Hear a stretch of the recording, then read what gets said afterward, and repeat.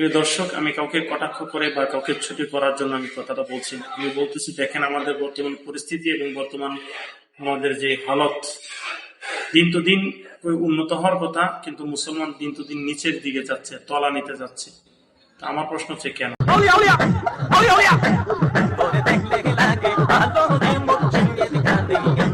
কেউ কি এটা বলতে পারেন এটা কোন তরিকার জিকির, বা এই জিকিরের লক্ষ্য উদ্দেশ্য কি, বা এই জিকিরের মাধ্যমে কি হয়? কোনো ফজিলত হয় কি, বা কোনো সওয়াব? বা আমরা যেটা জানি, রাসূল সাল্লাল্লাহু আলাইহি ওয়াসাল্লাম বলছেন, বিকুল্লি শাইইন সাকালাতুন ওয়া সাকালাতুল কলবি যিকরুল্লাহ।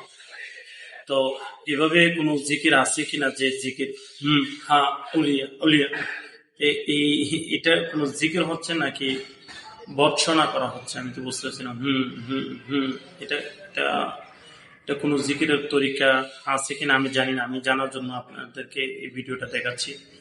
তো কেউ যদি জানেন এরকম কোনো তরিকা আছে যে এভাবে হা হু হি এভাবে জিকির হয়, তাহলে আমাকে বিষয়টা একটু জানাবেন দয়া করে, আমি উপকৃত হব। তো যেটা বলতে চাই সেটা হচ্ছে, দেখুন, রাসূল সাল্লাল্লাহু আলাইহি সাল্লাম বলেছেন, আফদালুজ যিকরি লা ইলাহা ইল্লাল্লাহ। সবচেয়ে উত্তম জিকির হচ্ছে লা ইলাহা ইল্লাল্লাহ। অথবা আল্লাহ সুবহানাহু ওয়া তাআলা পবিত্র কোরআনে বলেছেন, কুল উদউল্লাহা ওয়া বিদুর রহমান আইয়ামান মা তাদউ ফালাহুল আসমাউল হুসনা। এখানে আল্লাহ বলছেন যে তুমি, হে নবী, আপনি বলে দেন যে আল্লাহ নামে ডাকো অথবা রহমান নামে ডাকো, যে নামে ডাকো না কেন, আল্লাহর অসংখ্য সুন্দর সুন্দর নাম রয়েছে।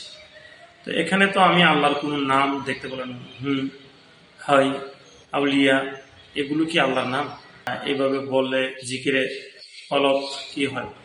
পরিষ্কার হয় অথবা প্রশান্তি হয়। আমি ওনাদেরকে বলতে চাই যে এই জিকিরের মাধ্যমে সমাজে কি কি উপকার হইতে পারে, বা এই জিকির বা ওয়াজের মঞ্চে গিয়ে এভাবে লাফালাফি করে সমাজের বা এই সাধারণ মানুষ কি শিখবে বা কি শিখতে পারতেছে, বা আমাদের সামাজিকভাবে ইলমে দ্বীন, কোরআন এবং সুন্নাহ থেকে কি শিখছে এই লাফালাফি জিকির থেকে।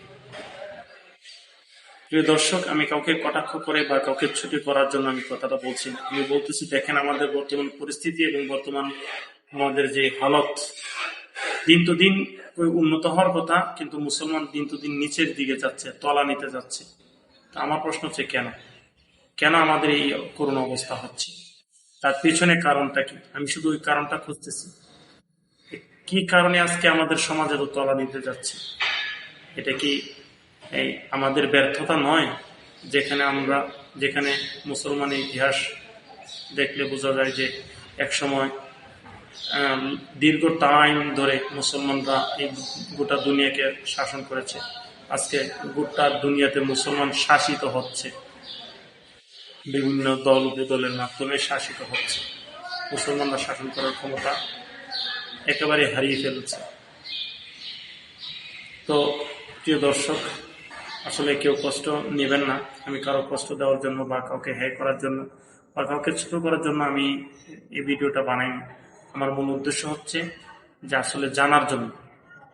আমি জানতে চাই যে এরকম কোনো তরিকা আছে কিনা, যে এইভাবে জিকির করলে কি হয়, কলব পরিষ্কার হয়, আল্লাহ খুশি হয়, সওয়াব হয়, কিংবা সমাজের উপকার হয়।